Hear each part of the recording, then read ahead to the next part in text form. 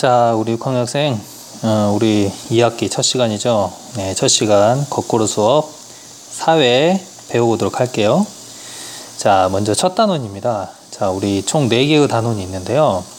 1단원에서는요, 우리가 정치에 대해서 배울 거예요. 정치. 이거 정치, TV에서 많이 봤죠? 네. TV에서는 봤는데 과연 정치가 무엇인지 여러분 생각해 본 적 있어요? 잘 모르겠죠. 그러면 우리가 사회시간 1단원에서 정치에 대해서 배워보도록 합시다. 자, 먼저 1단원 봅시다. 1단원은요, 우리나라의 민주정치라는 제목이 되겠습니다.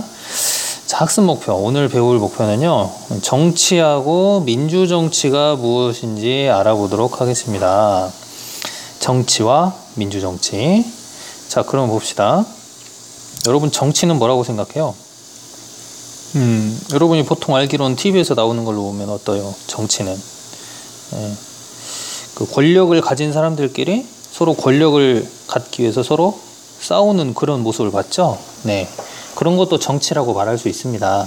하지만요, 우리가 여기에서는 그런 정치 말고, 권력을 싸우기 위한 정치 말고요, 넓은 의미의 정치의 의미에 대해서 알아볼 거예요. 넓은 의미로 정치란 무엇이냐.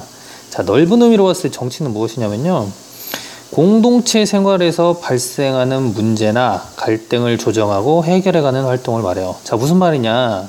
우리가 공동체 생활하면 어디냐. 학교나 가정 또는 사회에 생활을 하다 보면요, 문제가 발생할 수 있어요. 왜? 서로 의견이 맞지 않기 때문이라는 거죠. 그래서 거기에서 발생하는 문제 또는 갈등을요, 조정하고 해결해가는 거예요. 자, 그럼 우리는 어떻게 보통 해결합니까? 문제가 발생하면 대화와 토론, 타협을 통해서 해결하죠.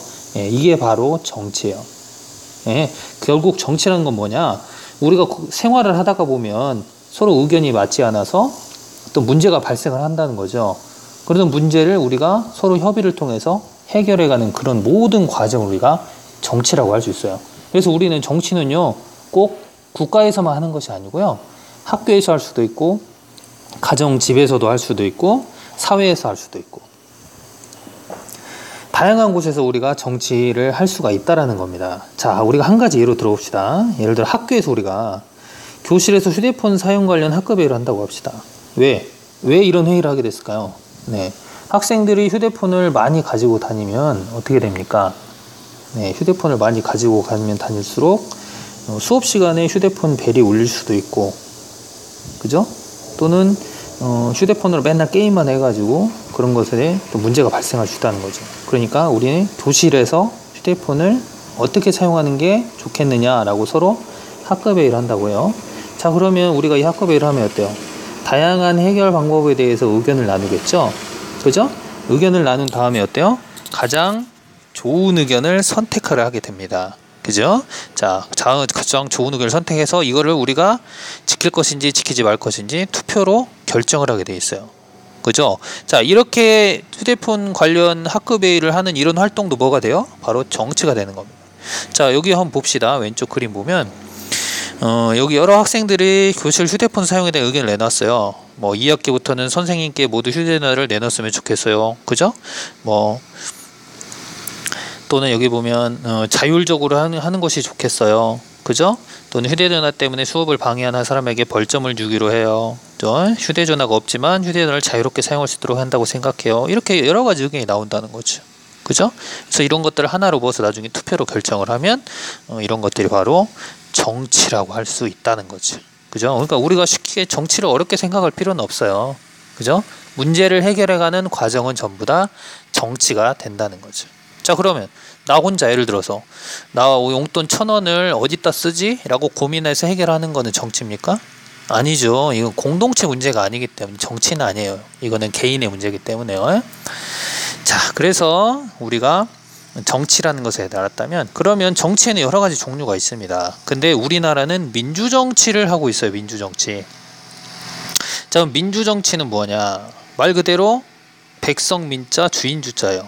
즉 백성이 주인이 된 정치입니다. 즉 국민이 국가의 주인이고 국가의 정치가 국민에 의하여 결정됩니다. 그죠? 어떤 중요한 사항을 투표로 해서 결정한다든지, 대통령을 투표로 결정한다든지, 그죠? 그래서 국민이 국가의 주인이면서 다음에 국가의 정치가 국민에 의해서 어떤 중요한 사항을 국민이 결정하는 그런 것들을 바로 민주정치라고 합니다. 우리가 이제 틀린 게 공산주의 정치는 약간 틀리고요. 그 다음에 옛날에 보면 여러분 조선시대나 아니면 저기 서양의 봉건주의 사회에서의 군주정치 있죠. 네, 임금이 주인이 되는 정치입니다. 그거는 왕하고 귀족들만 정치에 참여했어요.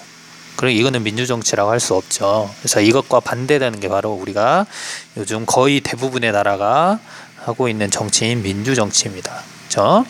그래서 오늘 정치와 민주정치에 대해서 배워봤어요. 자, 그러면 우리 수업 시간에 뭐 하냐?